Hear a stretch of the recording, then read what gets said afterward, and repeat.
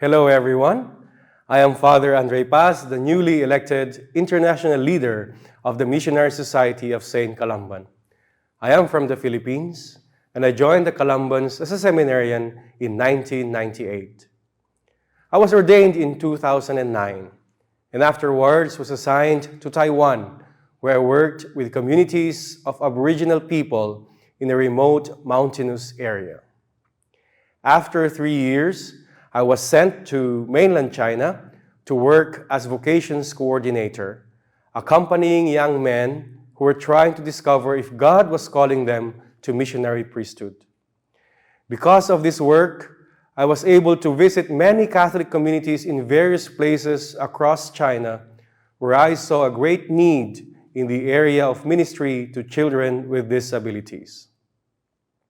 I came to the realization that not only those children, but also their families struggled greatly. And so in 2015, I went to study occupational therapy at Creighton University in Omaha, Nebraska in the US. After finishing my studies, I returned to China, where I worked in a rehabilitation center that provides therapy to children with disabilities, as well as trains people working in orphanages in remote rural areas to provide similar therapy to children with disabilities. However, in 2020, due to the pandemic, I had to return to the Philippines, where I served in Malate Church in Manila, a parish where Columbans have ministered since 1929. Every 6 years, Columban representatives from all the countries where we live and engage in mission come together to review our efforts during the previous 6 years and to plan together for the next 6 years. It is also the time when we choose a new international leadership team. At our recent gathering in Lima, Peru, those Columban representatives chose me as the international leader of the Society of St. Columban for the next 6 years. While I consider it a great honor, I also feel a great sense of responsibility to respond to the trust that has been placed in me. Together with me in the international leadership team, who were also elected during our gathering in Peru, are Father Peter O'Neill from Australia, Father Kim Yong-in from South Korea, and Father Salustino Villalobos from Peru.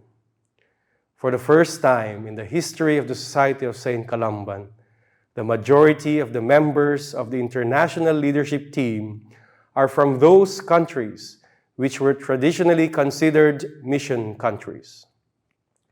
We are the fruits of the sacrifices and commitment of Columban missionaries who labored in our home countries during these past 106 years.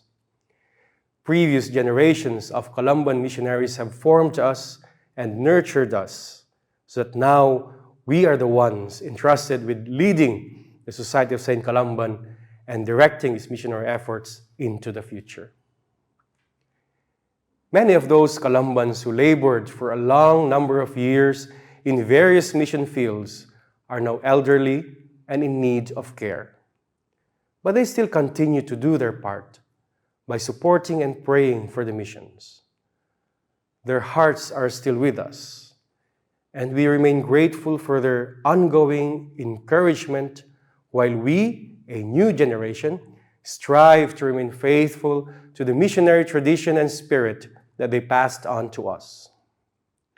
All of our missionary endeavors depend on the sacrifice and support of people like you.